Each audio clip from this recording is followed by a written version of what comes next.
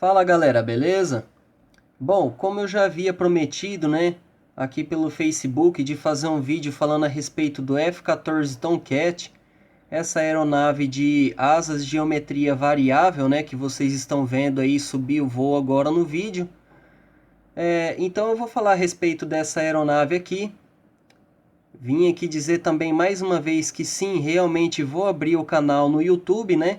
Para estar postando vídeos aí de histórias de guerra, de temas militares. Espero que gostem desse vídeo aqui. Bom, o F-14 Tomcat, vou dar alguns dados técnicos aqui a respeito desse aparelho. E depois vou começar a falar a respeito dele. Bom, a velocidade máxima do F-14 Tomcat era de 2.485 km por hora. Ou seja, ele era superior a Mach 2, né? O comprimento dessa aeronave era de 19 metros, né? De envergadura ele tinha 20, ou seja, de largura ele possuía 1 metro a mais ainda do que ele tinha de comprimento, né? A introdução dele foi dia 22 de setembro de 1974 e a retirada dele foi dia 22 de setembro de 2006, né? Dois motores turbofan, né? General Electric F-110. A produção dele foi durante o período aí de 1969 até 1991, já não havendo nenhuma necessidade mais de produzirem eles, né? Afinal das contas, durante esse tempo eles produziram 712 aeronaves. Mas em 1991, com o fim da Guerra Fria, né, por causa da queda do Muro de Berlim e também o fim da União Soviética, não tinha mais necessidade de produzir esses aparelhos, né? Uma vez que o custo de manutenção, de aquisição e de operação deles ultrapassava os 40 milhões de dólares em 1998, né? Foi feita essas contas aí. O primeiro voo dessa aeronave foi dia 21 de dezembro de 1970. O peso vazio dessa aeronave era de 19 toneladas 830 quilos e armado até os dentes para a guerra, e o peso máximo dessa aeronave era superior aos 33 mil quilos, né? Ou seja, 33,700 quilos.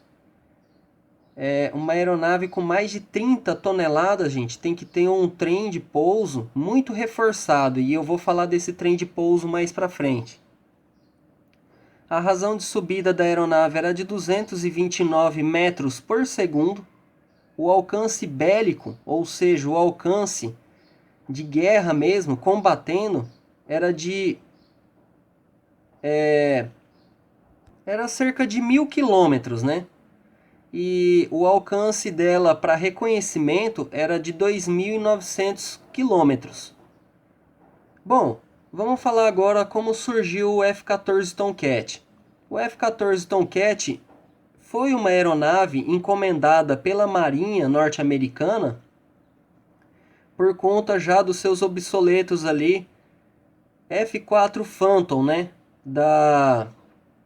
Como que era o nome daquela empresa? Esqueço agora. Da McDonnell Douglas, né? Essas aeronaves eram aeronaves muito leves, né? Muito leve para combater ali as ameaças da época, que era o MiG-25 Foxbat e o MiG-31 Foxhound, né? Aeronaves ali com grande peso e de alta velocidade, né? Então o F-14 ele foi desenvolvido nessa época a fim de combater essas ameaças aí soviéticas. Porque os McDonnell Douglas F-4 Phantom carregavam muito pouco armamento, eram aeronaves leves, né? Muito pouco manobrável, e o alcance também, vamos dizer assim, a termos de combustível, era muito baixo, né? Então a Northrop Grumman se encarregou então do projeto do F-14 Tomcat, uma vez que a General Dynamics não deu conta, né, dentre o período de 1969 a 1970, pois o protótipo deles, que era o F-111, acabou sendo uma aeronave muito pesada, muito pouco manobrável e de custo operacional elevadíssimo. Então o F-111 ele foi retirado, né, de estratégia. Esse protótipo da General Dynamics não deu certo e a Northrop Grumman entrou junto com a General Electric nesse consórcio que a Marinha norte-americana tinha pedido, né?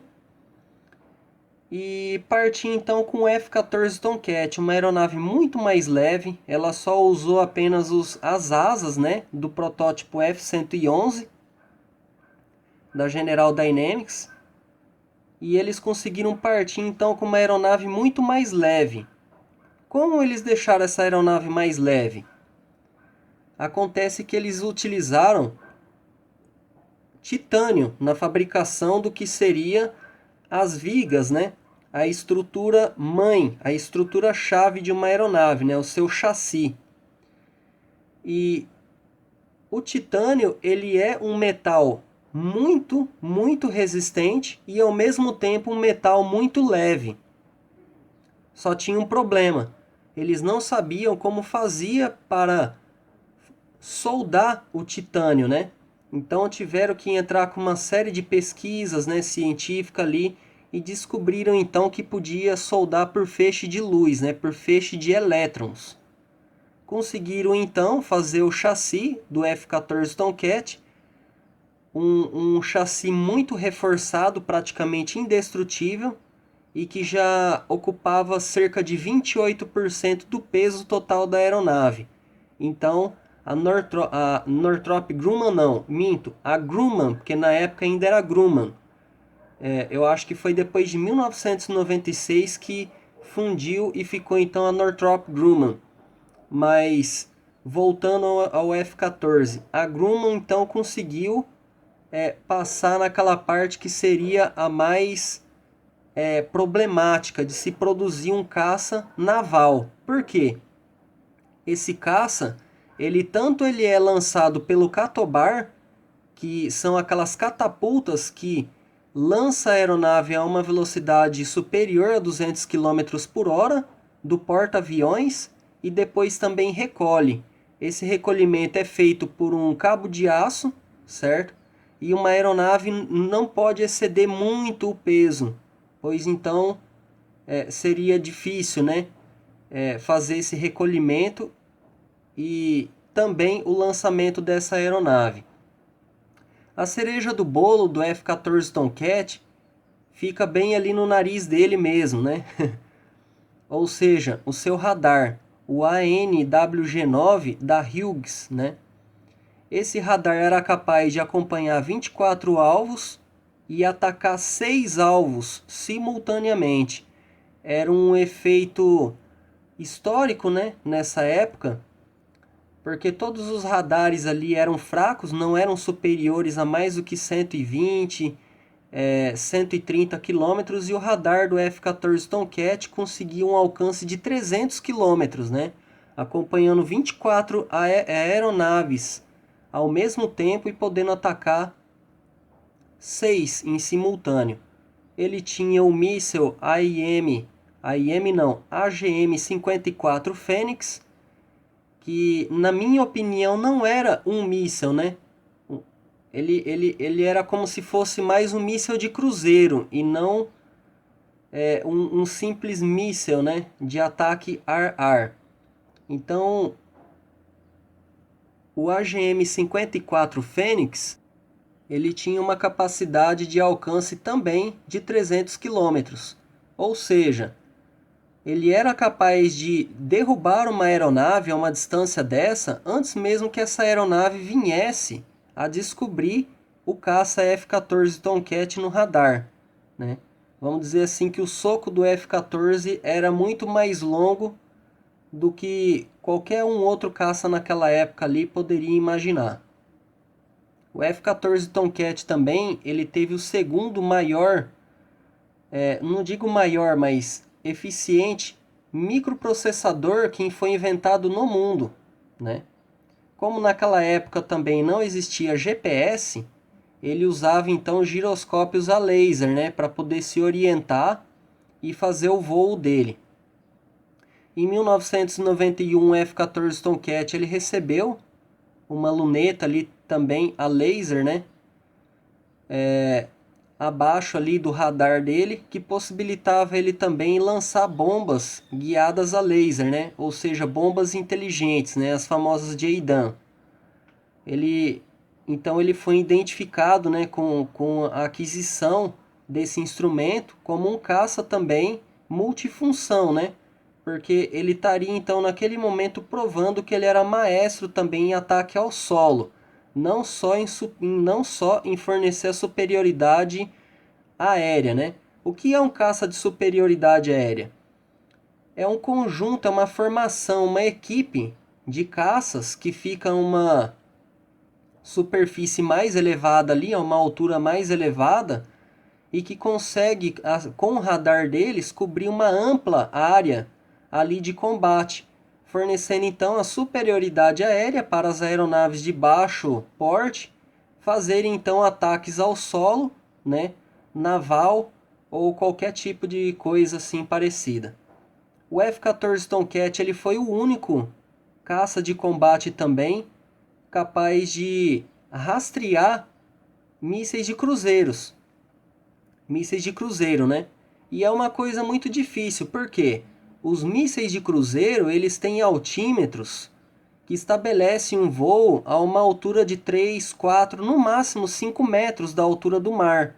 Ou seja, o radar do Strike Group que fica ali no mar não consegue pegar a aproximação desses mísseis de cruzeiro, né, e acabam que sendo afetados por esse efeito.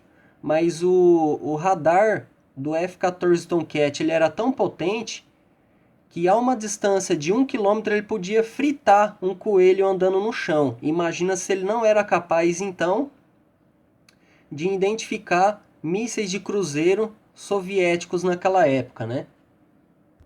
O F-14 Tomcat ele tinha um alcance muito elevado para reconhecimento, quase 3 mil quilômetros, né? Porque a área da asa do F-14 Tomcat, se eu não me engano, era superior a 60 metros quadrados.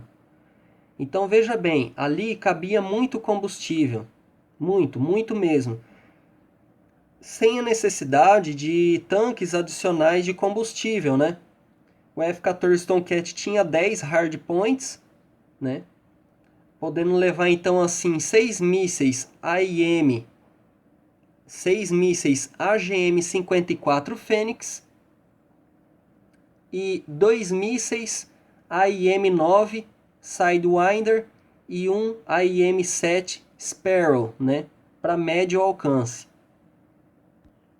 Esse caça ele possuía asas de geometria variável, pois como no porta-avião, nos porta-aviões, né, o espaço ali é de grande utilidade, essa asa dele poderia se movimentar, né, fazer um enflechamento ali mínimo de 22 graus ou máximo de até 74 graus, né, para serem abrigados ali, estacionados ali então no porta-aviões.